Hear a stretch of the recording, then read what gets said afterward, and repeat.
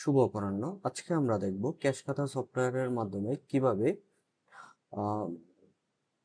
Bank কিংবা বিকাশ কিংবা নগদ অ্যাকাউন্ট সেট করতে হয়। তো প্রথমে আমরা চলে যাব লেনদেন লেনদেন মেনুতে গিয়ে এখানে ক্যাশ ও ব্যাংক নামে যে মেনু আছে সেখানে চলে যাব। সো ক্যাশ এবং ব্যাংকে গেলে আমরা দেখতে পাবো আমাদের যতগুলো ব্রাঞ্চ রয়েছে সবগুলো ব্রাঞ্চের নামে এখানে ক্যাশ অ্যাকাউন্ট রয়েছে। ক্যাশ অ্যাকাউন্টগুলো মূলত প্রত্যেকটি ব্রাঞ্চের এগনেস্টে বাই ডিফল্ট ক্রিয়েট হয়ে যায়। তো আজকে আমরা আমাদের এখানে যে বিকাশ আছে, আমরা নগদ সেট আপ করবো। সো আমরা চলে যাব অ্যাডে। যখন আমরা অ্যাডে যাব তখন আমরা ব্যাংকের নাম দেবো, যেমন ব্যাংকের নাম দিয়ে দিচ্ছে নগদ, যে নগদ পার্সোনাল।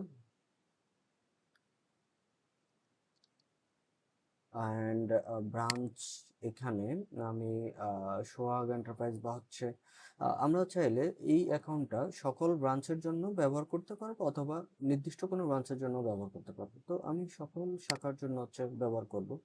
অ্যাকাউন্ট নাম্বার দিয়েছি, অর্থাৎ নগদ যে অ্যাকাউন্ট নাম্বারটি রয়েছে আমরা সেটা দিয়ে দিলাম। বর্তমান ব্যালেন্স কত রয়েছে সেটাও আমরা অ্যাড করে দিলাম।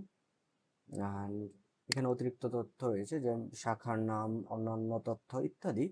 আমরা যখন হচ্ছে কোনো ব্যাংক ইউজ করব তখন সেক্ষেত্রে হচ্ছে শাখার নাম, অন্যান্য তথ্য হচ্ছে ব্যবহার করতে পারি। যেমন এটা যদি সোনালী ব্যাংকের অ্যাকাউন্ট হতো তখন সেক্ষেত্রে অ্যাকাউন্ট নাম্বার,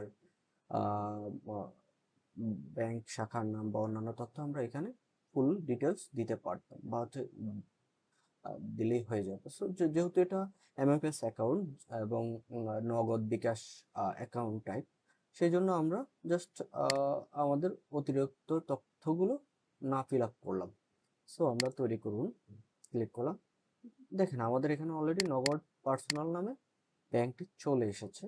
এবং আমরা যদি কোনো ট্রানজ্যাকশন করতে যাই, যেমন কাস্টমারের বাকি নিন, কোনো একজন কাস্টমারের দিয়ে দিলাম, এবং এখানে যদি আমরা যাই নগদ পার্সোনাল যে অ্যাকাউন্ট রয়েছে সেটা অলরেডি আমাদের এখানে চলে আসছে।